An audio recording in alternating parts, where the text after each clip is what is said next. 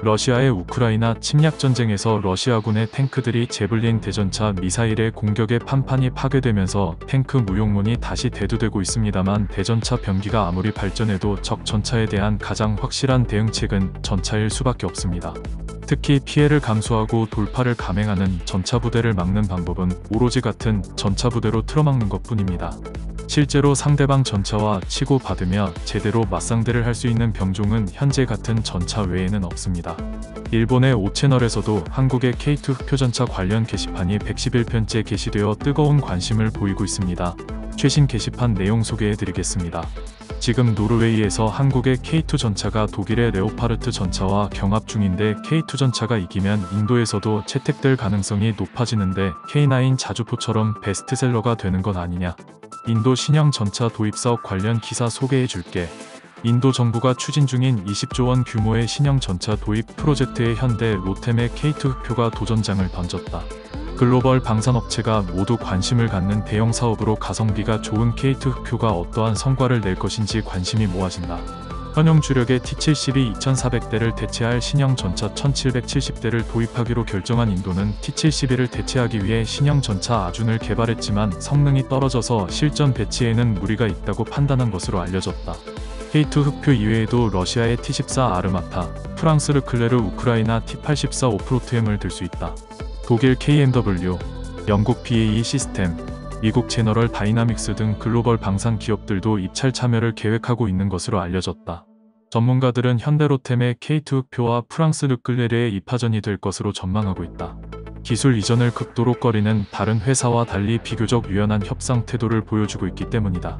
그러나 중국과 대치 국면에 인도 정부가 요구하는 기술 수준은 상당히 높은 것으로 알려졌다. 기동력, 화력, 방호력, 전술지휘의 자동화, 기술 이전의 항목을 충족시켜야 한다. 기동력 부문은 톤당 25마력 이상이고 고원지대가 많은 지형 특성상 차세대 자세 제어 기능도 요구된다. 5km 이상의 거리에서 공격이 가능해야 하며 미 육군의 M1A2를 웃도는 장갑 능력도 필요 조건이다. 엔진, 포탄 등 주요 기술에 대한 100% 이전은 가장 어려운 조건이다. 전체 비용의 40%는 인도제 부품으로 조달해야 한다는 것도 부담이다. 이번 노르웨이 수출용 K2N호의 엔진은 독일의 MTU제냐 아니면 한국제인 거냐? 엔진을 만들 수 있다면 변속기도 만들 수 있지 않을까 생각하는데, 변속기 개발은 완전히 실패했다. 본국 사양에서도 탈락한 변속기를 사용해주는 나라는 없다. 한국 국내에서는 독일 의존도를 낮춘다고 변속기 부활을 노리고 있는 것 같지만 변속기도 완전히 포기한 건 아니야. 결과는 어떨지 모르겠지만 성능 개량을 계속해서 터키에 팔았다. 독일의 랭크사 변속기는 전진 5단, 한국산 쟤는 전진 6단이니까 일단 개량된 것일 수 있다. 한국산 두산 엔진이 독일 MTU제보다 고회전 사양이라 엔진 특성에 맞추어 6단이 되었지만 같은 공간에 6단을 넣은 것이 무리가 되었을 수도 있지. K2에 미쓰비시 파워팩을 넣으면 좋잖아. 완제품을 수출하면 한국에서 쉽게 카피할 수도 없으니까. 1200마력 파워팩은 40톤의 10식 전차에는 충분하지만 60톤의 K2에는 부족하다. K2는 자국에서 파워팩을 만들 수 없는 시점에서 이제 평가 제외 대상이다. 전차는 파워팩이 전부가 아니야. K2 전차는 K9 자주포 K21 보병 전투차량과의 합동지휘 통제 체계를 전제로 만들어지고 있다. 최근 무기체계의 IT혁명을 도입하기 위해 육군 장비를 일신하는 움직임은 미군의 퓨처 컴뱃 시스템이나 러시아군 등에서도 볼 수 있다. K2 전차, K9 자주포 K11 보병 전투차량은 개발 시기가 비슷해서 육군 장비를 단번에 갱신시킨 성공 예로 주목받고 있다. 그런 망상은 처음 들었다. 구체적으로 어떤 시스템이 내장되어 있는 거야? 10식 전차는 단순한 데이터 링크를 넘어 10호I에 의한 정밀한 지휘 통제를 할 수 있는데 K2장에 그런 것이 있다고.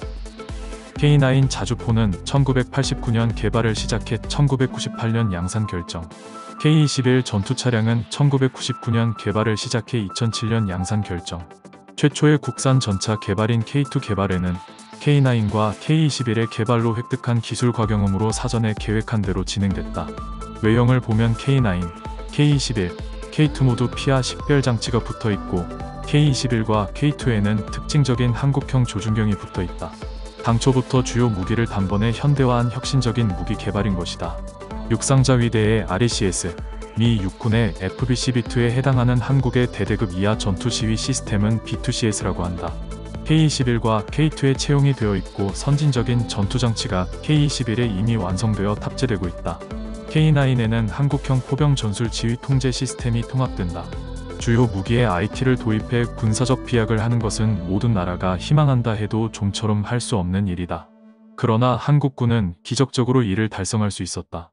K9은 개발된 지 오래되었기 때문에 일부는 K9A1에 도입되었으며 기존의 K9도 K9A1으로 개량하기로 결정되었다. 기계식 스위치만 있는 낡은 지휘 시스템이네. 모니터도 흑백 브라운관이고 80년대의 시스템이냐? 너 생맹이구나. 사진 어디에 흑백 브라운관이 있냐? 러시아 우크라이나 전쟁에서 보듯이 K2의 추가 생산은 포기하고 제블린을 육군 병사에게 한개 갖게 하는 것이 확실히 방어력을 올리는 길이라고 생각한다. 한국이라면 제블린이 아니라 자국산 대전차 미사일 현궁이 되겠지. 한국군이 평양까지 진격한다면 기동력이 없는 보병의 대전차 미사일은 그다지 효과를 발휘할 수 없기 때문에 제한적이다. 초기에 러시아와 같이 깨끗한 전쟁을 한다든가 국지적인 내복 작전이 아니면 좀처럼 사용하기 어렵다. 현궁을 탑재한 무인 전투 차량을 사용하면 된다. 끝까지 시청해주셔서 감사합니다. 구독과 좋아요는 영상 제작에 힘이 됩니다.